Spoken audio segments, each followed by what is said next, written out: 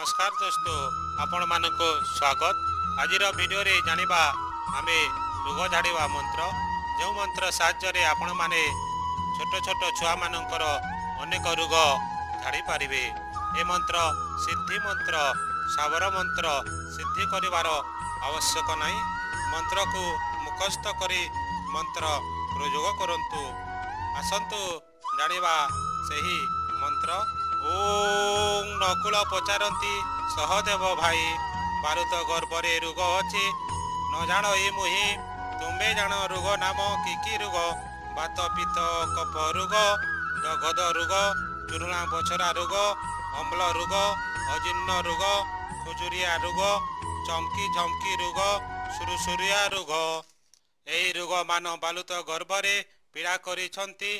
जा जा रोग ब्रह्म घरु छाड़िया बोली कहार आज्ञा हरि सहदेव